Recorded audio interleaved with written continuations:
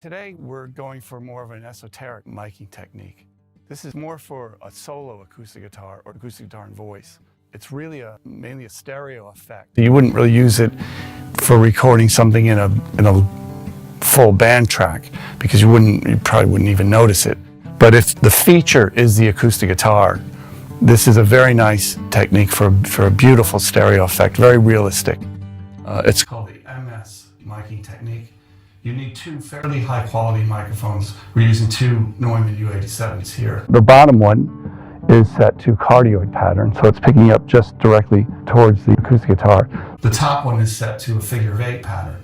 I'll show you later how that gets mixed on a console or in your computer so that the top mic is actually put out of phase. It's brought up in 2 channels and the phase is put out on one side. And that's mixed in with the cardioid mic. Usually the cardioid is predominant because that's the main sound, and this just gives it a wide stereo effect. In your DAW, you've recorded the 2 mics on separate tracks. You have the cardioid mic on the top track, the figure of 8 mic on the bottom track.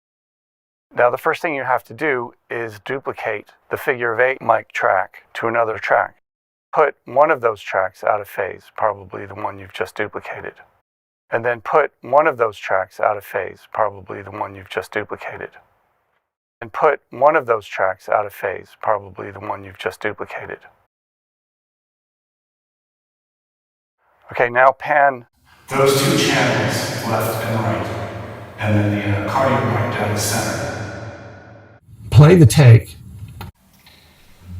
And move. Play the take. Pull the play the take.